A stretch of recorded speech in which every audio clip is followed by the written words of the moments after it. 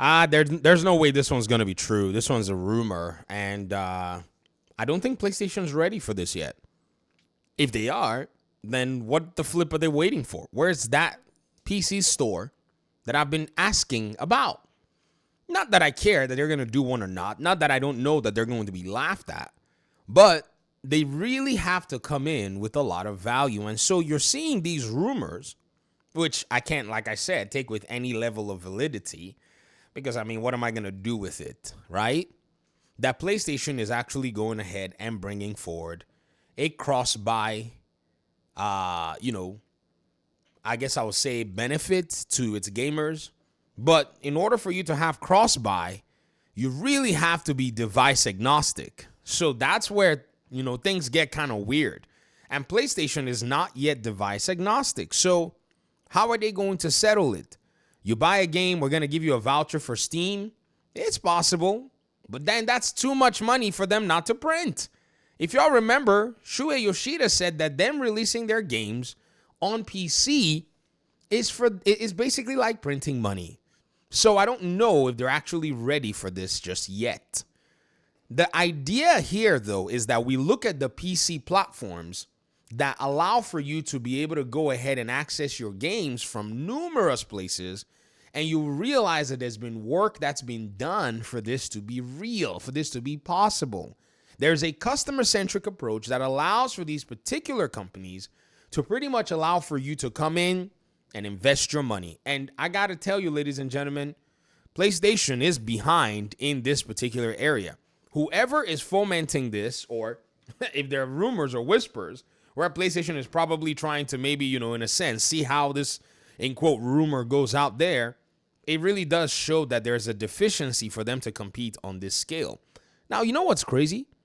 It's not impossible for them to actually compete on this scale. It's not out of question for them to compete on this scale. It's more like now, I wonder if Xbox's moves into this area to pretty much go ahead and harness this is basically putting pressure on them. Because this is a market that they can actually sell games because of the sheer number of gamers out there and the sheer possibilities and potential without any hindrances that they've been seeing on their platforms, where majority of the people who are playing games on their platforms are playing those games that are live service platforms. And so PlayStation for them is just a means to their already established end. They are not interested, many of these people, in buying PlayStation's games. They are not in any way perturbed by any exclusives that you want to go ahead and put out there. They are not bothered. They couldn't be bothered or ever will be bothered.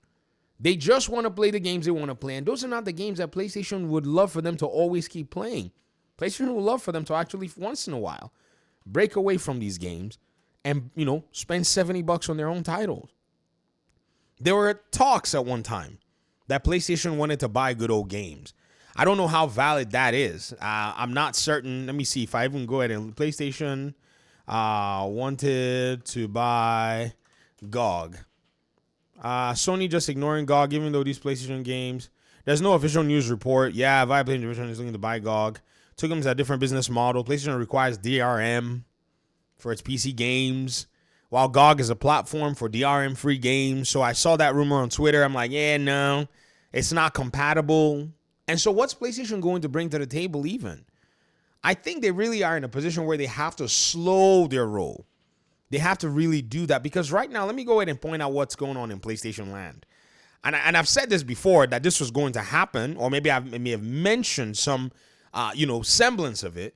But right now, PlayStation needs to pretty much loop very carefully. So the money that they spend out, this is investment, right, needs to be able to go ahead and bring in very good ROI, right? So investment, and then this is the PlayStation, HQ, and then this is the return on that investment. So right now, they really need to go ahead and minimize the footprint of this investment so that they can keep leveraging high ROI. And in order for them to basically do that, they're going to have to, just like Herman Hulst said, they're going to reduce the number of games that they launch. That's basically what it's going to have to take. They cannot launch games, especially with the expense of AAA games at this point in time, at a cadence that even comes close to Xbox. Like, I'm talking Xbox is like weird quarter. PlayStation shouldn't be able to do it unless PlayStation goes full on commitment with a multi-platform strategy. That's the only way that they're going to be able to go ahead and, deal with that. Because I've seen big publishers like Ubisoft and even some others go ahead and dump, a good amount of titles all at the same time. EA has been in a place where they put, 2 games out within a very short period of time. Ubisoft, I think it was was it Q4 of 2020? Our Q4, not their Q4, but the last few months of 2020 or so, Ubisoft dropped 3 games. And this was when people were still basically panicking about how they were going to deal with, the constraints of the pandemic and stuff. So PlayStation has basically done that. They've basically reduced the number of games that they're going to get. But even when they reduce the number of games that they're going to get, those games still have to sell. So something somewhere has got to give. Xbox, on the other hand, has basically allowed for that outlet to just go on and do its thing. This is exactly what makes both companies actually quite different at the end of the day in their approach to dealing with a lot of the constraints in the market. And right now, you're seeing it. So now, whoever may be, jumping on this rumor wagon, I got to ask, why are y'all already going out there to jump on the rumor wagon? All this while, Play Anywhere has been downplayed. Play Anywhere has been looked upon as, it's just a gimmick. They called it a gimmick. They called it a gimmick. So why would this rumor, whether real or fake, even go out there in the first place? Is PlayStation trying to engage in a gimmick, or have people been secretly jealous that Xbox users can get this benefit? Do y'all remember when I told y'all that Xbox players, you guys are spoiled? Because I've seen the console proposition on PlayStation. I know exactly what I'm talking about as I've experienced it. And once I saw it, I said I have to get out of this ecosystem that doesn't give me the leverage and the freedom that as a gamer who's giving you money, by the way, would need. I'm not interested in being constrained in your ecosystem.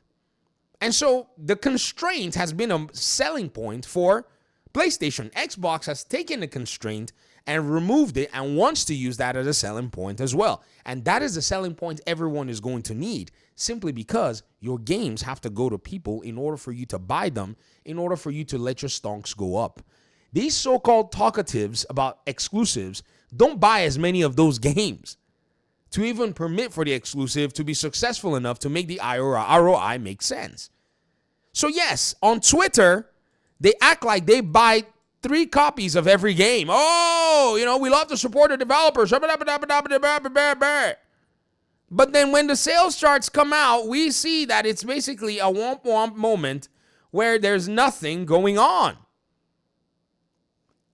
Ladies and gentlemen, watch Xbox teach PlayStation how business should be done in this particular market. I told y'all that this talk, PlayStation has this unique blah, blah, blah. I said, guys, you don't understand. Xbox is going the Steam route. This is a high, margin, high revenue route that they're going on. They're doing the console. They're doing the PC. They're doing the Play Anywhere. They're merging the ecosystems. At some point, they're going to look just like any other PC major store. And then at the same time, they're going to look like any other console major store. They're going full blast on all of it because they're coming to you with a hybrid that they know is going to serve whichever gamer chooses to go ahead and play there. No need to worry about it. And yet people are still over here wondering what Xbox is doing. Well, keep wondering. Talk to me in the comment section. Thanks for watching. Peace out.